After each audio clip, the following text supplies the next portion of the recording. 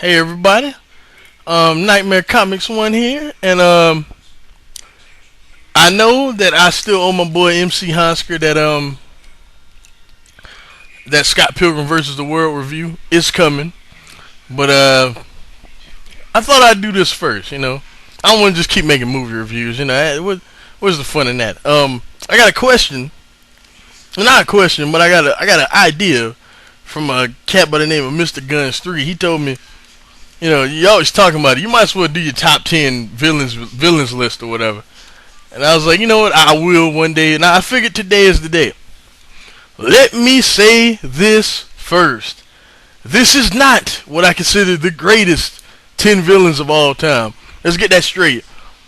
Because if it was, this list would be a lot different. You know what I mean? Like, it wouldn't be, it would just be a whole lot different.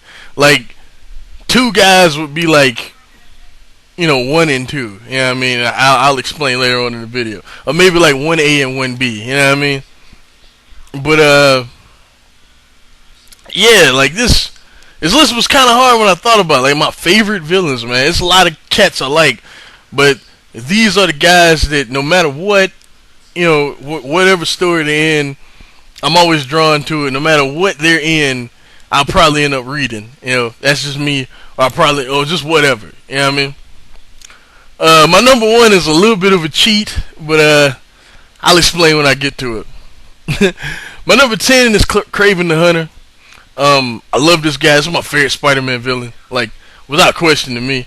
I mean, he might not be the best Spider-Man villain, of course not, but Norman might have something to say about it. But I just think Kraven's psyche is what makes him so cool. Like, his whole thing was that he was this unbeatable hunter that no matter what the prey was, he can catch and kill with his bare hands. And maybe not even always kill, just catch with his bare hands, you know what I mean? But then he meets Spider-Man, who time and time again defeats him. And, that's why I hold Kraven the Last Hunt, Kraven's Last Hunt, y'all should read that book, in such high regard, because he finally does it. He finally defeats Spider-Man. He hits him with a tranquilizer dart and buries him alive.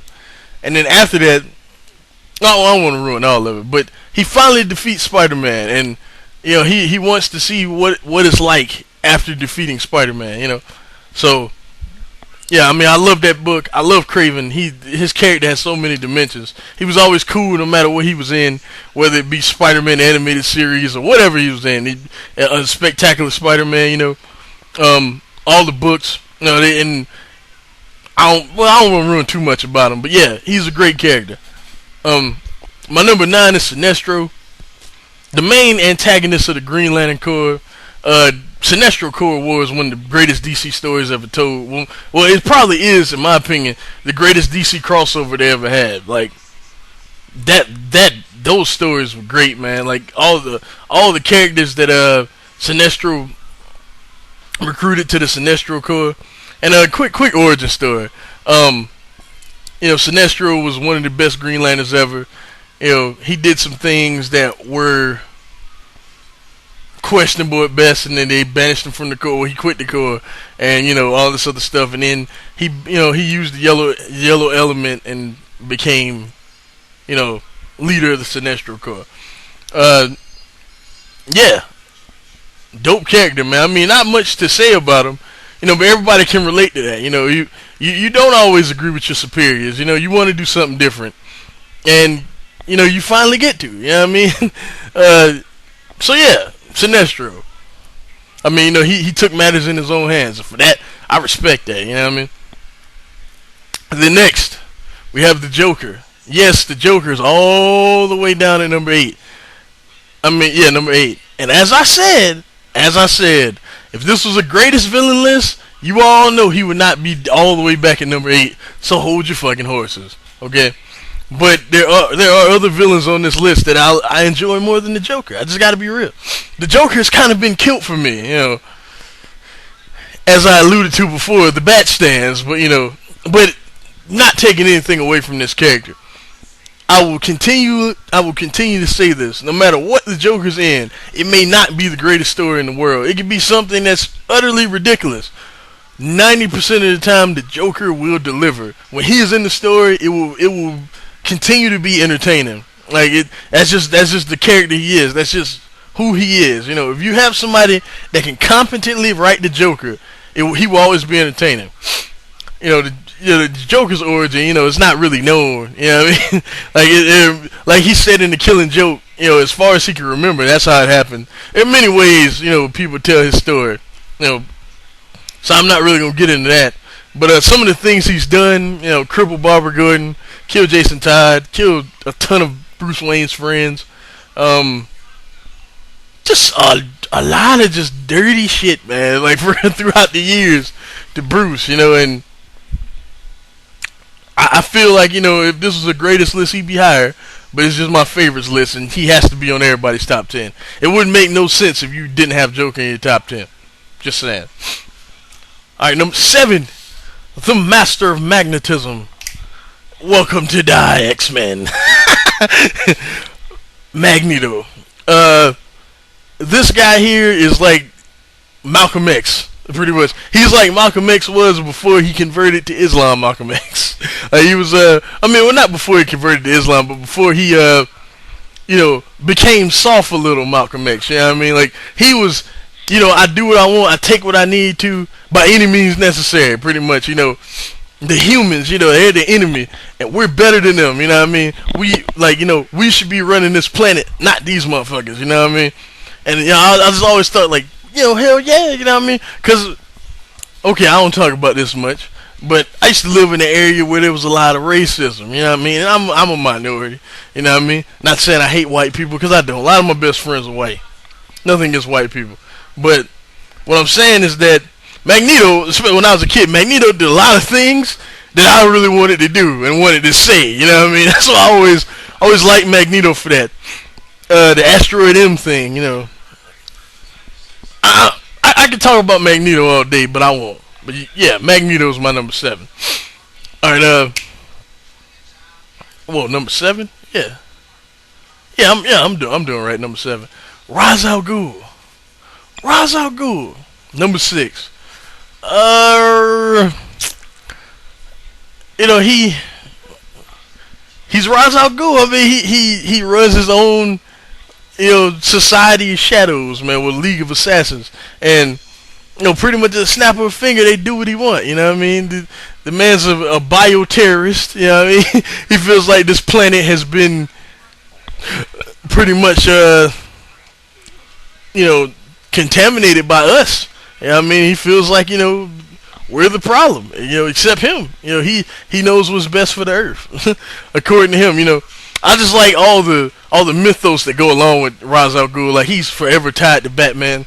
I mean, you know, his daughter fell in love with Batman. They had a son together. So no matter what, Bruce Wayne's son is his grandson, which is crazy to me. You know, because this is always his you know, one of his greatest enemies. You know what I mean? Son of the Demon is a must read.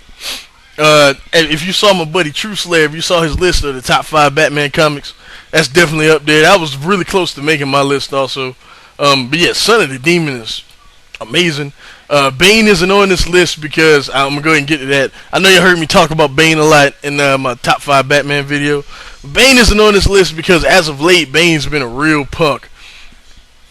I mean, that's just real talk. Like the Secret Six thing, I like the concept of the group. I don't really like Bane being in that group. You know what I mean? That's just me. That's just me. You know what I'm saying? But yeah, Ra's al Ghul, man, and that's a dope ass picture. And next, and that was a dope picture that I had for the Joker, wasn't it? That was greatness. Next we got number 5, Darkseid. Darkseid, like I said, if this was a greatest list, Darkseid would be one of the top 2 guys because Darkseid is the villain of the DC universe. In some way, shape, or form, whenever he has appeared, it has impacted the entire DC universe. He's the only man that, no matter what, can stand toe-to-toe, no matter what the circumstances of Superman. No matter what. Like, you know what I mean? Like, whether Superman decides to cut loose. If you've seen Justice League Unlimited, how he said he's always holding back, hoping somebody get hurt, hoping they won't get hurt or whatever. You know, if you remember, Darkseid still got the fuck up. You know what I mean? So I'm just saying, like, you know, he like, power-wise, strength, you know, pound for pound, he can scrap with the best of them. You know what I mean? And on top of that, the like his people don't even look at him as necessarily a man because he's not necessarily a man. Apocalypse and New Genesis are considered like godly like type worlds. You know what I mean? And to his people, he is the God. You know what I mean? He is who they pray to, who they worship. You know what I mean? That right there in itself is cool. Also, he shoots these lasers out of his eyes that can nullify anything. They're called the Omega Sanction, and they can nullify anything. Or as Bruce Wayne, they can send you hurtling through time. You know what I mean? So yeah, like I said, Darkseid, one of my favorite villains. You know, one of the greatest villains. He would be higher. You know, if it if this was the greatest list. You know what I mean? But it's my favorite. So ahead of him, Lex Luthor. Lex Luthor is so awesome. He was even awesome in the show I Hate, Smallville. Think about that for a second. But yeah, he's amazing, man. He's one of them characters that you kind of almost like you get so frustrated with him because he could have done so many great things, but he spent all his energy hating this, Superman, hating, Clark Kent. You know what I mean? Well, Superman, and he spent so much energy on trying to destroy him and kill him that instead of focusing on things that could help humanity, like if you read Action Comics 900, that's a prime example of that. He would rather spend all his energy killing Superman out of a jealous rage. And you kind of feel bad for the dude, man. Like Superman kind of has everything that he's supposed to have. If you think about it, he's one of the smartest men on Earth. He's wealthy, and yeah, he's one of the smartest men on Earth. He's wealthy, and no homo. He's not a bad looking guy. He should get like every chick, every advantage, every female, everything. But Superman does, and it kills him, because he feels like this guy ain't even a human. You know what I mean? Like he walks above us, and he shouldn't. This is our planet, not his. That's how he feels, and I can kind of relate to that. I mean, if somebody. If I was in his position, I don't think I would take it as overboard as he did, but I would resent that. I would. But yeah, Lex Luthor, number 4. Number 3, Thanos. If this was a top 10 greatest, he would definitely be number 1, without question. Be number 1. This man almost destroyed. Well, he destroyed half of the universe. Like it happened with his Infinity Gauntlet, and he should be number 1 for creating the Infinity Gauntlet. The Infinity Gauntlet can control basically every element of the universe. You got the Reality Gem, the Power Gem, I forget all of them, but yeah.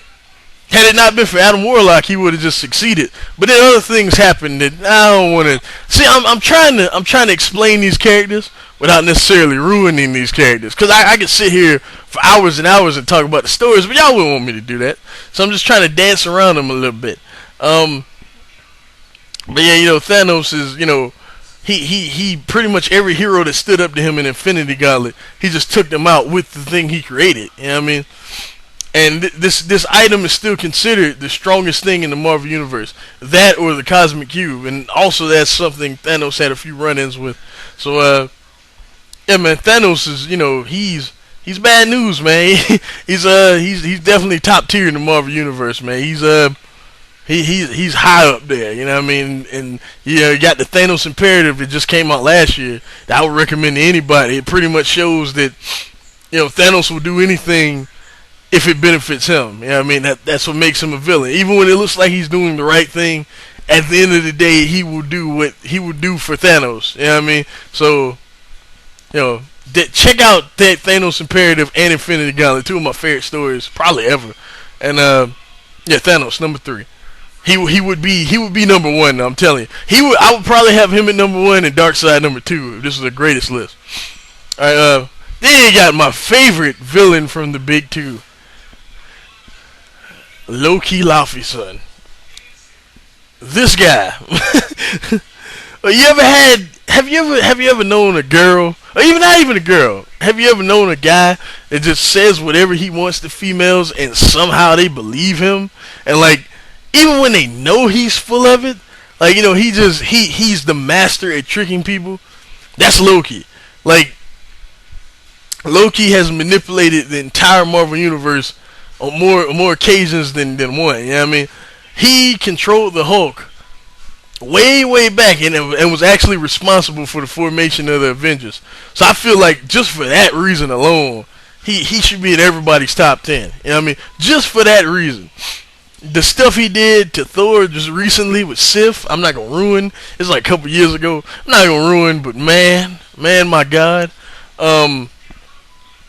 his involvement with Norman Osborn during Dark Reign, just everything he's ever done is because he's a master con artist, pretty much. You know what I mean? Just a con artist, you know, and he's just one of my favorite villains, man. I really like the guy. You know what I mean? He's so dope. And in the movie, he was dope too. So Loki, man, number 2. But my number 1, as I said, is kind of a cheat because this character is not from your American comic book. He's actually from a manga. But the thing is that I said comic book. I didn't say what country. So there you go.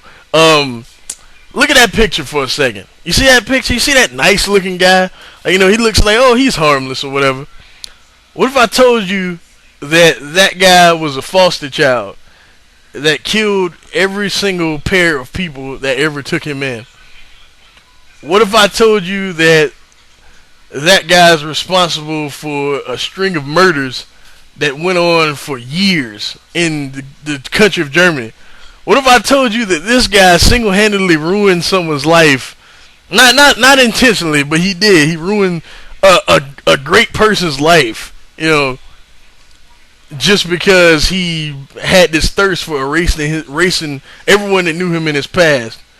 And he thought that the guy would be happy about it because of what he did and why he did it. I'm not going to ruin it. What if I told you that this man was a habitual stalker?